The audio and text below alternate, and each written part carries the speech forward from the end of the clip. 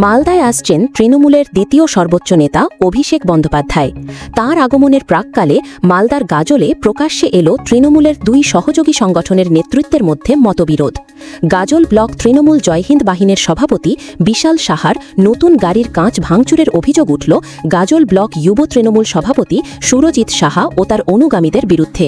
সোমবার এমনই অভিযোগ তুলে বিশাল সাহার স্ত্রী গাজল থানায় ব্লক যুব তৃণমূল সভাপতি সহ মোট 5 জনের নামে লিখিত অভিযোগ দায়ের করেন। যদিও অভিযোগ সম্পূর্ণ ভিত্তিহীন বলে উড়িয়ে দিয়েছেন গাজল ব্লক তৃণমূল সভাপতি সুরজিৎ সাহা। আনুমানিক সন্ধ্যা 7টা আমি ওপর থেকে নামলাম বাড়িতে, দেখলাম আমার বাড়ির সামনে দিয়ে চিন্তা করতে 5টা-7টা বাইকে দেখলাম সুরজিৎ সাহা। কে ও যুব সভাপতি আছে গাজল। আছে উত্তম দাস, আছে সন্তু দাস ওর ছেলে, আর বিশ্বজিৎ সাহা, আর আরেকজন ছিল সুজিত। এরা ঠিকঠাক করতে জায়গা লেগাজ করতে।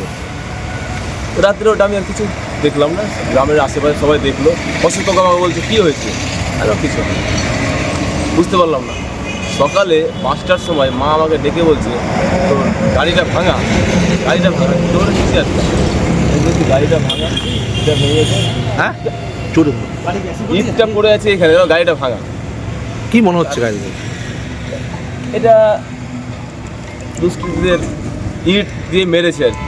হ্যাঁ, যাই হোক সঙ্গে সঙ্গে পুলিশকে ফোন করলাম গাজল থানায়। অফিসার আসলেন অজিতবাবু, এখন অফিসার এসছেন দেখতে, যাদববাবু আমাদের। এ বিষয়ে কোনো লিখিত অভিযোগ? হ্যাঁ করেছি থানায়। কোথায় অভিযোগ করেছো? গাজল থানায় লিখিত অভিযোগ করেছো? কে অভিযোগ করেছে? আমার ভাই। কি নাম? জলি সাহা। জলি সাহা।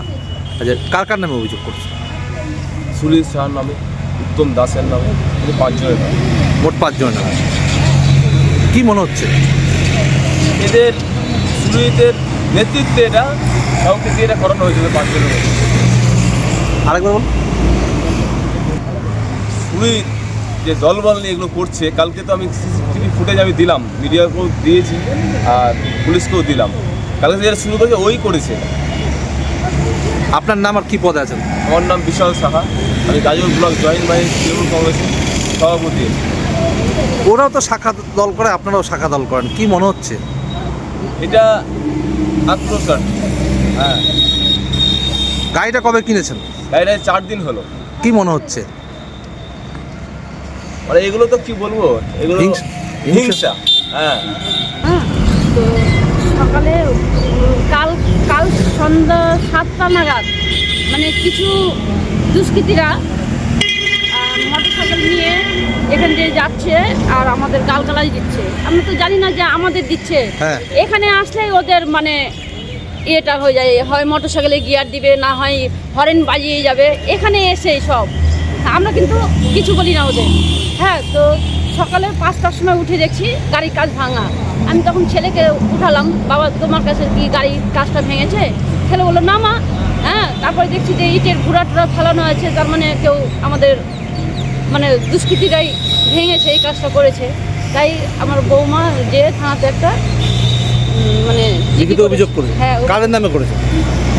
এই সুরজিৎ সাহা হলো যুব সভাপতি। কি নাম? সুরজিৎ সাহা। আর বিশ্বজিৎ সাহা। তারপর সব মিলে কজনের নামে অভিযোগ করেছে?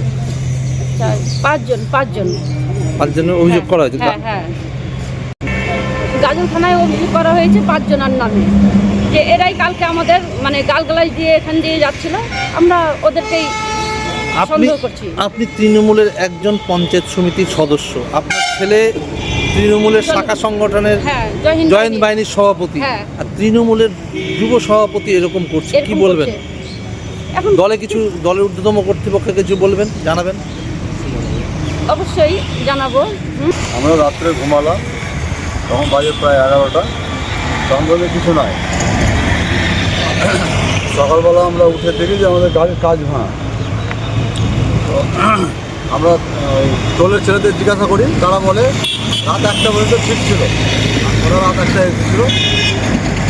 তারপরে কাজটা ভেঙেছে। আমাদের অনুমান যাদের সাথে আমাদের বিগত দিনের মানে শত্রুতা দ্বারা দুষ্কৃতি, হ্যাঁ, এই শত্রুতার বসে আমার কাজটা ভেঙেছে।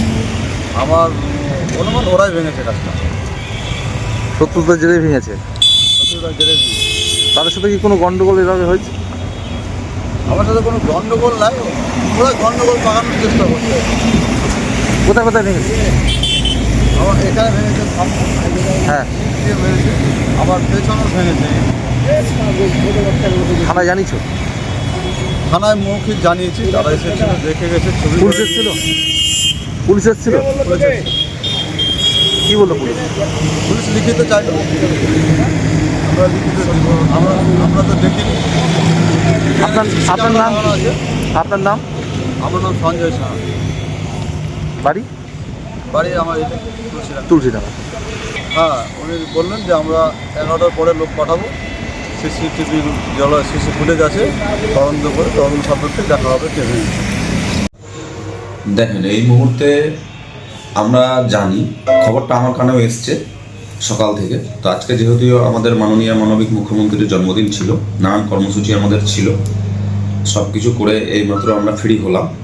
সম্পূর্ণ বিষয়টা আমার শোনা হয়নি, এবং আমি তার সাথে সাথে যতটা সকালবেলা একটা আওয়াজ পেয়েছিলাম যে এরকম একটা থার গাড়ি ওই যে অভিযোগ করছে তার বাড়ির সামনে থেকেই নাকি বলে কাঁচ ভাঙা দিয়েছে।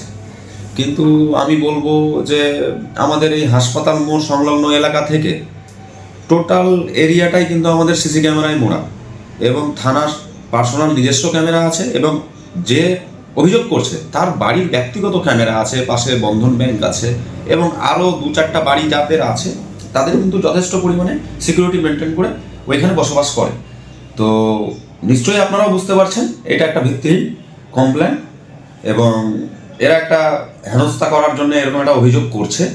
হ্যাঁ, এবং হয়তো যুব তৃণমূল কংগ্রেস শক্তিশালী হয়ে উঠছে, যুব তৃণমূল কংগ্রেসকে কালিমালিপ্ত করার একটা প্রচেষ্টা কেউ চালাচ্ছে। তো এগুলো চালিয়ে কোনো লাভ হবে না, কারণ আপনারা জানেন গাজল পুলিশ প্রশাসন সক্রিয় ভূমিকা সবসময় পালন করেছে এবং সক্রিয় ভূমিকা পালন করে। তো আমি খুব আশাবাদী ওনাদের ওপর, ওনারা সক্রিয় ভূমিকা পালন করে যে এই সব কাজের সঙ্গে যুক্ত তাদেরকে নিশ্চয়ই পুলিশ প্রশাসন মানুষের নজরে, মানুষের সামনে নিয়ে আসবে। একটা কথা বলি যে বর্তমানে একটা সূত্রপাত আমি 3 দিন আগে দিই, আপনার 3 দিন শনিবার আমার ব্লক বন্ধ ছিল। ব্লকে যে ওই আমার যে ব্লক সভাপতি আছে তাকে ওরা উত্তপ্ত করেছিল, এবং উত্তপ্ত করার পর ওই আমাদের যে জয়েন্ট সভাপতি আছে বিশাল সাহা, ওর বাবা গিয়েছিল, ওর বাবা গিয়ে যাও বকাবকি করেছে ওখানটায়। তারপরে দেখছি ওদের নামে থানা থেকে এফআইআর করে দিয়েছে, জিডি করেছে। তো পাল্টা এরাও একটা জিডি করেছে। আর এর পর দিয়ে ওর বাড়ির সামনে দিয়ে যারাই যাচ্ছে মোটরসাইকেল দিয়ে রাত্রিবেলা যখন সবসময় ঘুমিয়ে যাচ্ছে, রাত্রিবেলা যাচ্ছে, সব গালিগালাজ করছে, সব ভিডিও ফুটেজ আছে, ওগুলো ক্যামেরাতে সব ভিডিও ফুটেজ আছে। তো আমি আমার সভাপতি যে আছে বিশাল সাহা, ওকে বলেছি, এবং ওর মা হচ্ছে পঞ্চায়েত সমিতির মেম্বার। তো বিশাল সাহাকে বলেছি তোরা মাথা গরম করে, মাথা ঠান্ডা না, দল তো আমাদের একটাই। তো সবকে আমি থানাতেও আমি আইসিকে ফোন করেছিলাম, আইসিকে ফোন করে সব কিছু বলেছি যে কী ব্যাপার হচ্ছে না হচ্ছে, ব্যাপারটা আপনি দেখেন আপনি। তো বর্তমানে যে আগামীকাল রাত্রেবেলা ওই বিশাল সাহা একটা গাড়ি নিয়েছিল, আপনার ফরচুনার গাড়ি নিয়েছিল, আপনার 3-4 দিন আগে গাড়িটা নিয়েছিলাম, আমাকে দেখাতেও এসেছিল। তো রাত্রিবেলা ওর সামনে পিছনের কাজ পুরো ভেঙে ভাঙচুর করে দিয়েছে গতকালে। ভাঙচুর করলো কেন? বদমাশি করে ভাঙচুর করেছে। আর যা শুনতে পেলাম ওকে বলে মেরে ফেলার হুমকি দিয়েছে বিশাল সাহা, যে মেরে ফেলে দিবে। তো আমি ওই ছেলেটার ব্যাপারে আমি জানতে পারলাম ওই ছেলেটা পলিটিক্যাল না, এবারই ছেলেটাকে মনে হয় তৃণমূলের কর্মী। তো একই দলের মধ্যে থেকে এটা কেন হচ্ছে গোষ্ঠীদ্বন্দ্ব? একটা কথা বলে অল্প জনের মাঝে কিলবিল করে, এটা সবাই জানে, কারণ ওরা তৃণমূল সম্বন্ধে কিছু বুঝে না। বাচ্চা ছেলে আছে, এবং বাচ্চা ছেলে বলতে না, ওর নামে যা রিপোর্ট পেলাম আমি, ওই থানা দিয়ে ওর নামে 8 থেকে 10টা কেস আছে। আপনার ছিনতাই কেস আছে, মার্ডার কেস আছে, অনেকবার জেলেও খেটেছে। তো আমি জানি না কী করে যুব সভাপতি করলো, সেটা আমি জানি না। আমি উপর মনে এটা জানিয়েছিলাম, এবং উপর মনে থানাতে সব কিছু এসছে আমার। না ওটার কোনো ব্যাপার নেই, কারণ এরা তৃণমূল সম্বন্ধে কিছু বুঝে না। কারণ ওই ছেলে ভালো না, ছেলেটার ক্যারেক্টার ভালো না। আমি উপরমহলে কথা বলবো, আর আমাদের জেলা সভাপতি যে আছে আপনার যুব সভাপতি তপ্প যে প্রসঞ্জিৎ দাস আছে, ওনার সাথেও কথা বলবো যা কী করে যাবে হলো। কারণ ওর নামে 10টা কেস আছে, ওর নামে থানাতে আপনার 10টা কেস আছে, মার্ডার কেসও আছে, আরও অনেক কেস আছে। তো কী করে যুব সভাপতিগুলো সেটা আমি জানি না, আমি উপরমহলে বলবো ওরকম ছেলের যেন পোস্টটা যেন চলে যায়। এবং যেটা আমি ভুল করে দিয়েছি, কারণ জহির বাহিনীর গাজল হচ্ছে একটা আঁতুর ঘর, কিন্তু জহির বাহিনীর কৃষ্ণদাস ওই জহির গাজলকে আমরা চাষ করেছি, চাষ করে গাজলের মধ্যে ফলন ফলিয়েছে কিন্তু এই কৃষ্ণদাস জহির বাহিনী।